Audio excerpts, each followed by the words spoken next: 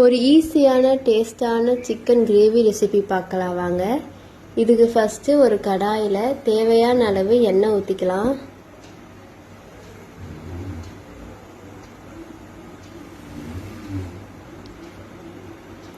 அடுத்ததாக கடுகு சேர்த்திக்கலாம். கடுகு நல்லா பொரிஞ்சு வந்ததுக்கப்புறம் கடலைப்பருப்பும் உளுத்தம்பருப்பும் போட்டு நல்லா வதக்கிக்கலாம். நெக்ஸ்ட் நம்ம கட் பண்ணி வச்சுருக்க வெங்காயமும் கருவேப்பிலையும் போட்டு நல்லா வதக்கி விட்டுக்கோங்க. வெங்காயம் நல்லா பொன்னிறம் வர வரைக்கும் வதக்கி விட்டுக்கோங்க. அடுத்ததாக இஞ்சி, பூண்டு, சின்ன வெங்காயம், தக்காளி இது நாளையும் மிக்சியில் போட்டு ஒரு பேஸ்ட் மாதிரி பண்ணிவிட்டு அந்த பேஸ்ட்டை இது கூட சேர்த்திக்கலாம்.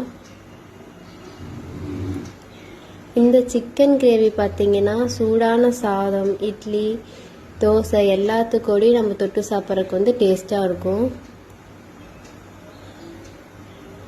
அடுத்ததாக கொஞ்சம் மஞ்சத்தூளும் தக்காளி வெங்காயம் வதங்கறதுக்காக கொஞ்சம் உப்பும் போட்டு நல்லா வதக்கிக்கலாம்.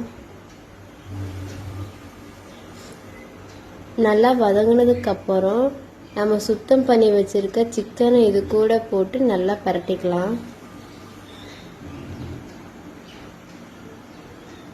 அடுத்ததாக தேவையான மசாலா சேர்த்திக்கலாம். இன்றைக்கி நான் மல்லித்தூள், சிக்கன் மசாலா, மட்டன் மசாலா சேர்த்துருக்கேன். கூடவே உப்பு சேர்த்துக்கலாம். உங்கள் காரத்துக்கு தகுந்த மாதிரி மசாலாவையும் உப்பையும் நீங்கள் சேர்த்திக்கோங்க. இதெல்லாம் போட்டு நல்லா வதக்கி விட்டுக்கலாம்.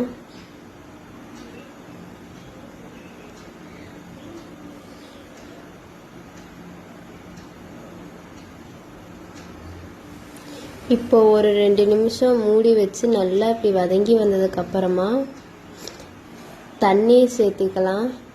இது உங்களுக்கு குழம்பு மாதிரி வேணும் அப்படின்னா நீங்கள் இன்னும் கொஞ்சம் அதிகமாக தண்ணீர் சேர்த்து கிளறிக்கலாம்.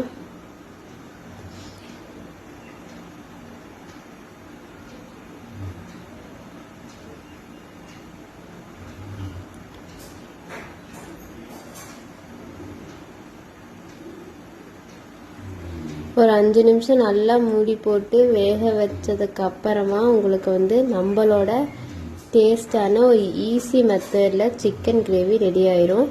கண்டிப்பாக நீங்கள் ட்ரை பண்ணி பார்த்துட்டு சொல்லுங்கள்.